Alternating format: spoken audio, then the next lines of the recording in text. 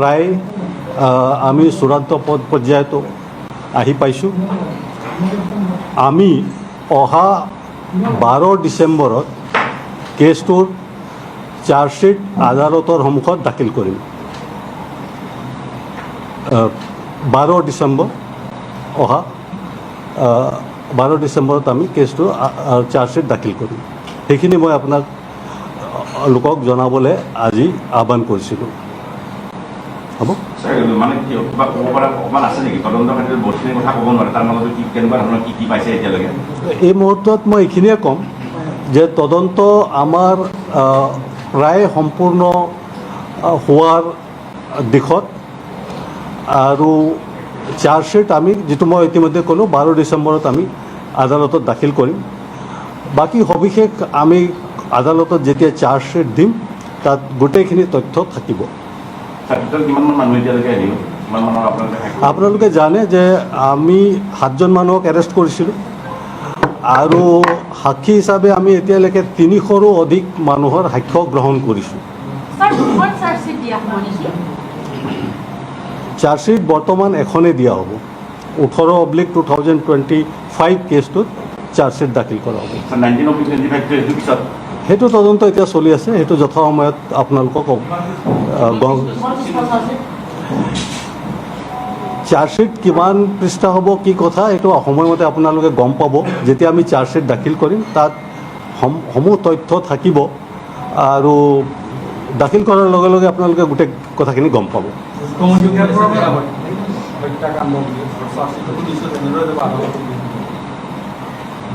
যেতিয়া আমি আপোনালোকে কেইদিনমান অপেক্ষা কৰক, চাৰ্জশ্বিট যেতিয়া আমি দাখিল কৰিম তাত গোটেই সকলো বস্তু থাকিব।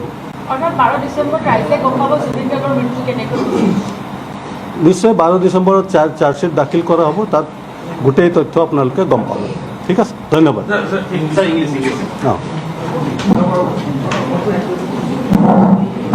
প্ৰায় আমি চূড়ান্ত পৰ্যায়তো আহি পাইছোঁ। আমি অহা 12 ডিচেম্বৰত কেছটোৰ চাৰ্জশ্বিট আদালতৰ সন্মুখত দাখিল কৰিম। 12 ডিচেম্বৰ অহা 12 ডিচেম্বৰত আমি কেছটো চাৰ্জশ্বিট দাখিল কৰিম। সেইখিনি মই আপোনাক লোকক জনাবলৈ আজি আহ্বান কৰিছিলোঁ। হ'ব মানে কি ক'ব পৰা অকণমান আছে নেকি তদন্ত ক্ষেত্ৰত বহুতখিনি কথা ক'ব নোৱাৰে, তাৰ মাজত কি কেনেকুৱা ধৰণৰ কি পাইছে এতিয়ালৈকে? এই মুহূৰ্তত মই এইখিনিয়ে ক'ম যে তদন্ত আমাৰ প্ৰায় সম্পূৰ্ণ হোৱাৰ দিশত আৰু চাৰ্জশ্বিট আমি যিটো মই ইতিমধ্যে ক'লোঁ 12 ডিচেম্বৰত আমি আদালতত দাখিল কৰিম। বাকী সবিশেষ আমি আদালতত যেতিয়া চাৰ্জশ্বিট দিম তাত গোটেইখিনি তথ্য থাকিব।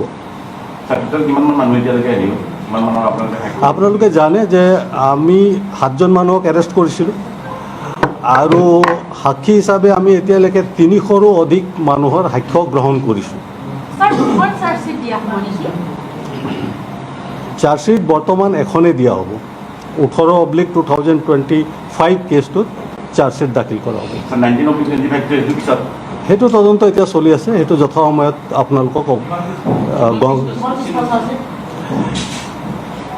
চাৰ্জশ্বিট কিমান পৃষ্ঠা হ'ব কি কথা এইটো সময়মতে আপোনালোকে গম পাব।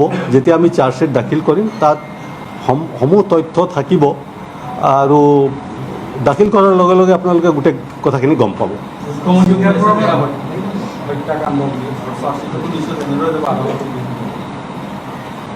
যেতিয়া আমি আপোনালোকে কেইদিনমান অপেক্ষা কৰক, চাৰ্জশ্বিট যেতিয়া আমি দাখিল কৰিম তাত গোটেই সকলো বস্তু থাকিব। নিশ্চয় 12 ডিচেম্বৰত চাৰ্জশ্বিট দাখিল কৰা হ'ব, তাত গোটেই তথ্য আপোনালোকে গম পাব। ঠিক আছে, ধন্যবাদ।